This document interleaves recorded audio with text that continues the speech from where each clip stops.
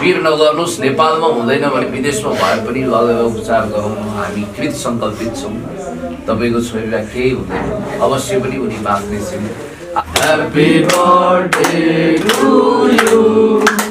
Happy birthday to you, dear Ishu. Happy birthday to you. Baby, thank you.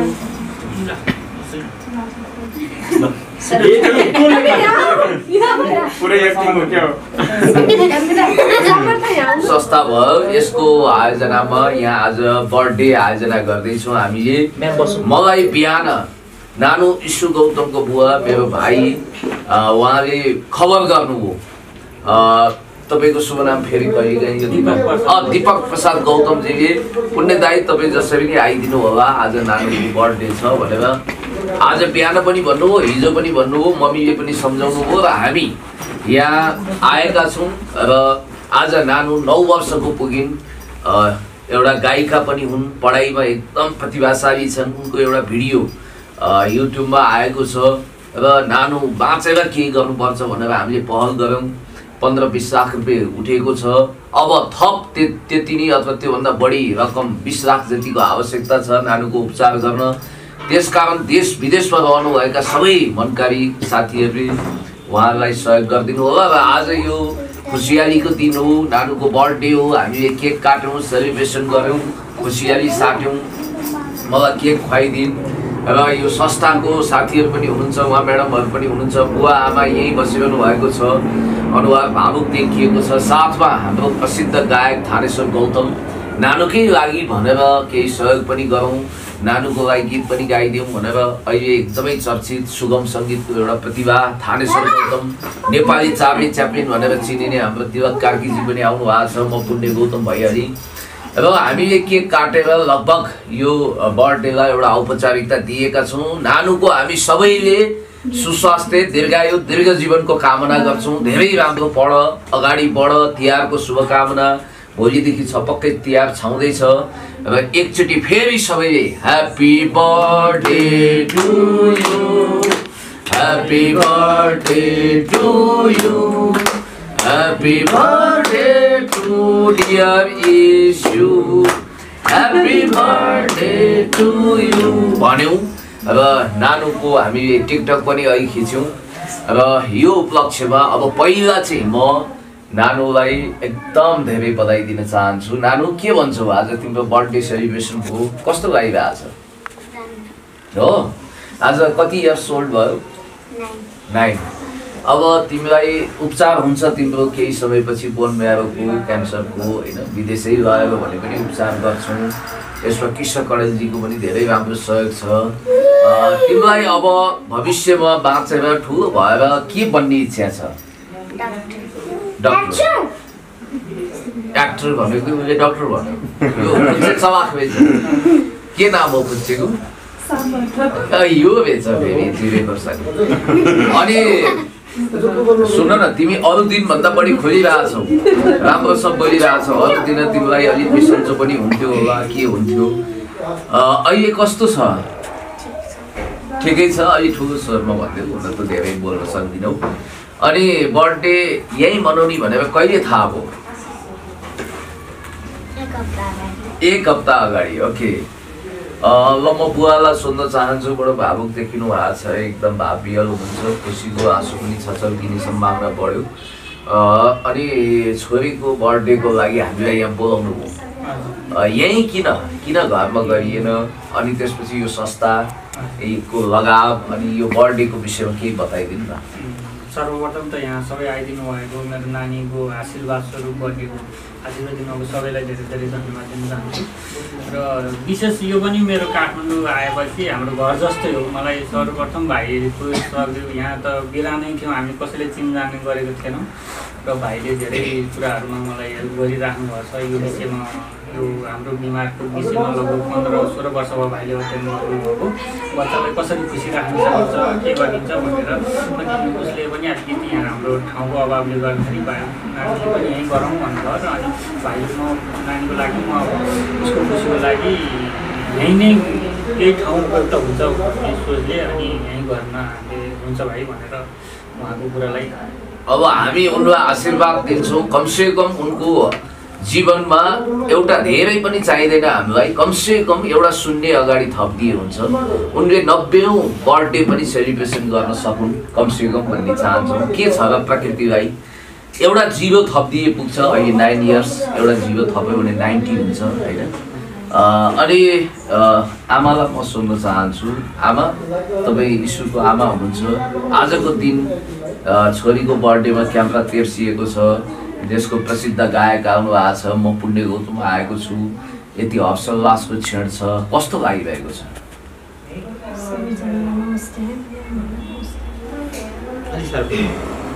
आज चाहिँ अब छोरीको बर्थडेमा खुसी नै लागिरहेछ। खुसी नै लागेको छ पक्कै पनि। कसलाई चाहिँ खुसी लाग्दैन र आफ्नो प्राण प्यारी छोरीको बर्थडे सेलिब्रेसन गर्दा। खासमा अहिले जस्तो तपाईँले, म बुवापट्टि नै केन्द्रित भएँ, चाहन्छु तपाईँहरूको उपचारको क्रममा कति पैसा खर्च भयो, कति जति खर्च भयो अहिलेसम्म? अहिले हाम्रो पछिल्लो क्रममा लगभग 15 जति खर्च भइसकेको छ। 15 भनेको 15 लाख हो साथी। 15 लाख खर्च भइसकेको छ। अब उसको उपचार सुरु नै क्रममै छ। तर अब हामीलाई भिडियोमा एउटा दुःखको कुरा के भयो भने अब नेपालमा सम्भव भएन। नेपालमा सम्भव भएन। अब बाहिरै लानुपर्छ भन्ने डक्टरहरूको सल्लाह छ। अब भन्नाले अब उसको किमोथेरापीले राम्रो गरे त हामीलाई सबैको आशीर्वाद स्वरूप राम्रो कुरा हो। किनभने कोभिडले गर्दाखेरि यो सिभिलमा अहिले अनिश्चितकालको लागि बन्द गर्नुभयो। डक्टरले पनि म जिम्मेवारी छैन, अब तपाईँहरू आफ्नो सिभिल हस्पिटलको उपचार बन्द हो। हजुर, त्यहाँको बन्द भयो। अब लगभग अब ट्रिटमेन्टमा छौँ कान्तिबासको। त्यही नै हो। अब हामीलाई बाहिर लाने हाम्रो प्रोसेस बाहिरै लानुपर्छ। बाहिरी देशमै अब तपाईँ नरुनु होला, ईश्वरको मम्मी रोइरहनु भएको छ, कठिन बेला बुवाको पनि आँखा भ्याएको छैन, धेरै चिन्ताको विषय छ। तपाईँ आफ्नो जागिर छोडेर 100 समुद्र पारीबाट यहाँ आउनु, धन पनि खर्च हो, नानुको स्वास्थ्य स्थिति सुधार होस् हाम्रो कामना छ। अनि के सम्झेर यस्तो आँखाबाट आँसु आयो तपाईँको? छोरीको उपचार नेपालमा हुन्छ भने त्यहाँमा हामी अहिले आएर डक्टरले पिर नगर्नुहोस्, नेपालमा हुँदैन भने विदेशमा भए पनि लगेर उपचार गरौँ, हामी कृत सङ्कल्पित छौँ। तपाईँको छोरीलाई केही हुँदैन, अवश्य पनि उनी बाँच्नेछन्। आज 9औं जन्म जयन्तीको उपलक्ष्यमा, 9औं जन्मदिवसको उपलक्ष्यमा हामीले आशीर्वाद नानुलाई दिन्छौँ। नानुको सुस्वास्थ्य दीर्घायुको कामना गर्छौँ। अनि तपाईँको पनि मैले आँखामा एकदम आँसु देखिरहेको छु। यहाँ गायक हुनुहुन्छ हाम्रो थानेश्वर गौतमजी। अब यहाँ बेलुन पनि आयो, यो खुसीको दिनमा कृपया आँसु नझारिदिनु होला।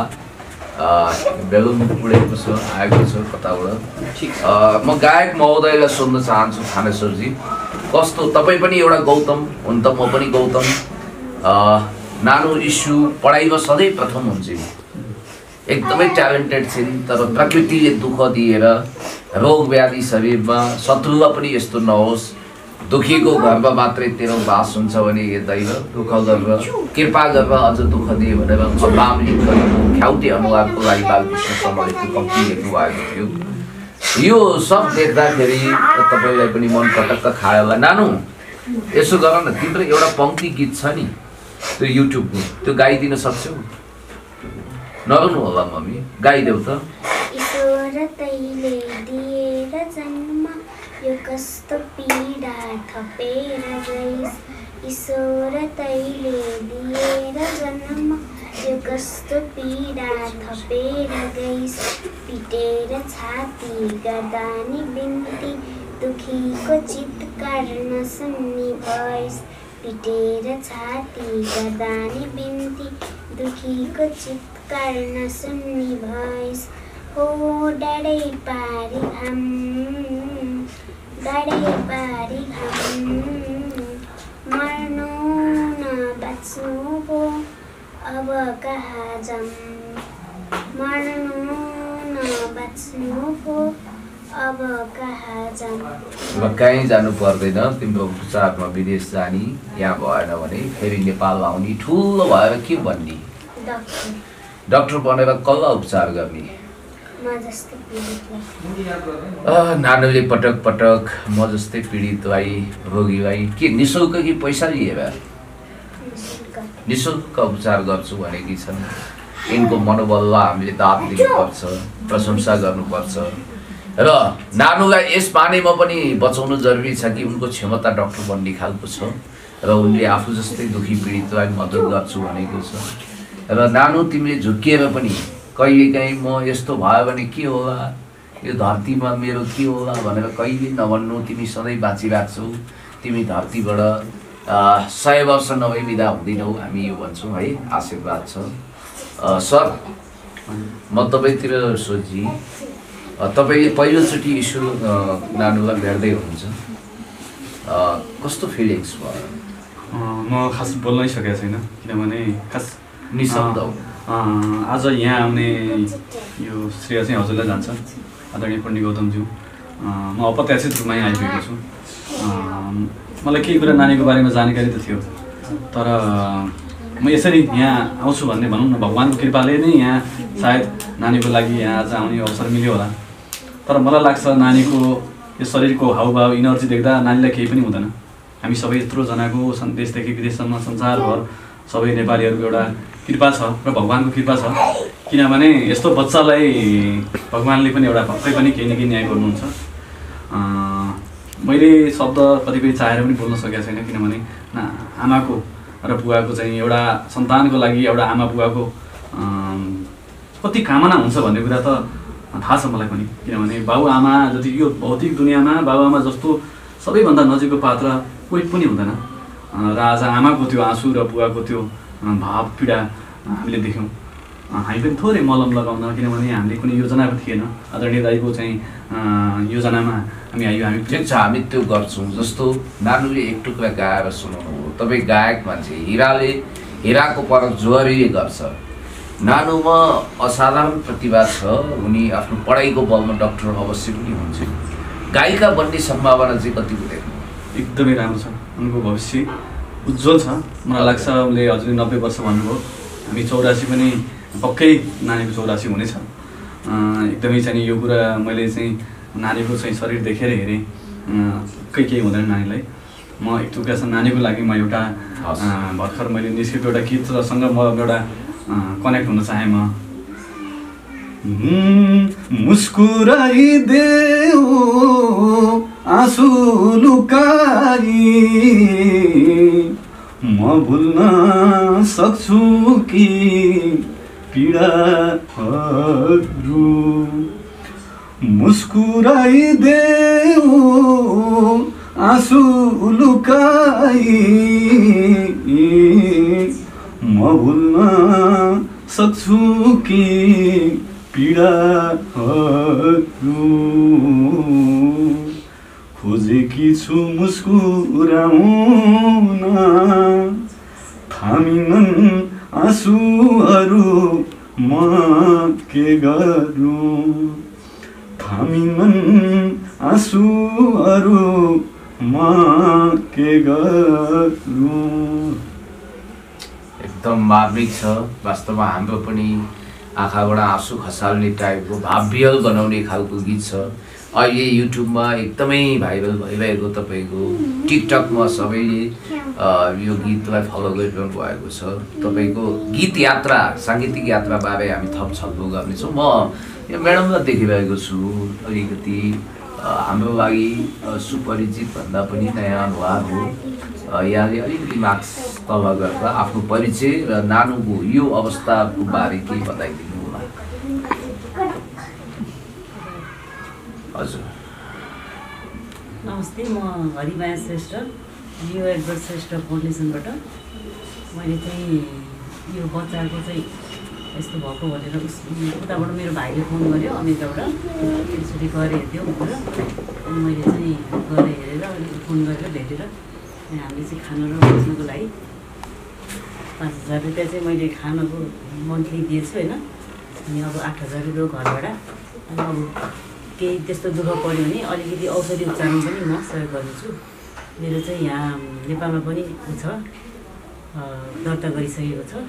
अनि मेरो अपार्टमेन्ट पनि छ त्यो उसमा पाण्डु बजारमा। अनि हामीले चाहिँ अहिलेसम्म मैले 22वटा बच्चाहरूको उपचार गरिसकेको छु होइन। कुनै चाहिँ उपचार भएर गइ पनि सकेको छ, घर राम्रो भएर, कुनै चाहिँ अहिले उपचाररत पनि छन्।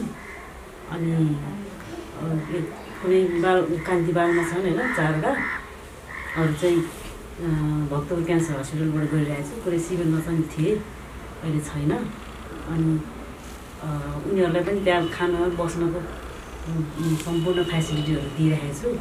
तपाईँहरूलाई भनेपछि यो सब तपाईँले आफ्नो व्यक्तिगत खर्चमा गरिरहनु मेरो भएको छ? होइन, उताबाट डोनेसन आउँछ अमेरिकाबाट। हजुर, संस्थागत डोनेसन कि व्यक्तिगत? अमेरिकामा पनि यो फाउन्डेसनको दर्ता भएको छ। ए हजुर। अनि त्यो हिसाबले मैले नेपालमा पनि दर्ता गरेको। नेपालको चाहिँ अहिले म हो होइन। हजुर। उता मेरो अमेरिकामा चाहिँ मेरो भाइ। खैर, तपाईँको संस्थागत काममा हामी तारिफ गर्छौँ। तपाईँको राम्रो काम, गरिब, असहाय, निमुखा, बालबालिका सबैप्रति तपाईँहरूको दयालु कृपालु नजर छ, मद्दत गरिरहनु भएको छ। र यो संस्था पनि मैले बुझेको यसले चाहिँ एकदमै विशुद्ध बालबच्चा, त्यो पनि क्यान्सर पीडितको लागि भर्ती गर्ने, उपचार सहयोग गर्ने काम गरेको रहेछ। र यो संस्थालाई पनि हामी हृदय खोलेर धन्यवाद दिन चाहन्छौँ। मैले अलिकति अब यता केन्द्रित हुन चाहे, तपाईँलाई धन्यवाद दिन्छु। तपाईँले जब इस्यु नानुलाई यस्तो अवस्थामा देख्नुभयो, के सोचिरहनु भएको छ? अब इस्यु नानुको उपचारको लागि तपाईँहरू त अब अमेरिकामा एफिलिएसन भएको, त्यहाँबाट अलिकति मद्दत मिलेको संस्थाको प्रतिनिधि हुनुहुन्छ। नानुलाई लगभग अहिले कति हाम्रो अपुरो हुन्छ, कति पैसा चाहिन्छ अबको कलेक्सनमा? हाम्रो युएसतिरको त हामीलाई यकिन थाहा छैन कति लाग्छ। इन्डियासँग लानु बोन मेरो ट्रान्सप्लान्ट कहाँ हुन्छ भनेको छ? दिल्लीमा र युएसमा भन्दा तपाईँहरूको अहिलेको सम्भावना दिल्लीमा लाने खालको मैले बुझेको छु होइन त, कि युएसमै हो? सकभर त हामी युएस लानु भए अलिकति त्यहाँको सिस्टम र उसलाई अलिकति उपचारको लागि पक्का युएस लाँदाखेरि लगभग कति खर्च हुन्छ भन्ने त्यसको त हाम्रो यकिन छैन। जे होस्, म म्याडमलाई सोध्न चाहन्छु, नानुलाई जसरी पनि बचाउनु पर्छ सरकारी गैर सरकारी पहलबाट युएस लगेर उपचार गरेर उनलाई तन्दुरुस्त राख्न सम्भव कति छ अहिले त त्यो त छ होइन। अनि अब उताबाट कुरा गर्नुपर्छ। हाम्रो उता बोर्ड मेम्बरहरू हुन्छ। अब फ्राइडे हाम्रो मिटिङ छ, हजुर, स्याटरडे मिटिङ छ। अब त्यसमा म पनि राख्छु। अनि हामीले के चाहिँ हेल्प गर्नु मिल्छ, उता पठाउनलाई कस्तो प्रोसेसहरू चाल्नुपर्छ, त्यो चाहिँ अब उताबाट मिटिङ गरेर। ठिक छ, तपाईँप्रति हामी आशावादी भयौँ। तपाईँले संस्थागत रूपमा नानुको उपचारको लागि पहल गरिदिन अहिले सोचिरहनु भएको छ र पक्कै पहल गर्नुहुन्छ र यो सकारात्मक नतिजा आउनेछ। तपाईँलाई धन्यवाद दिन्छु।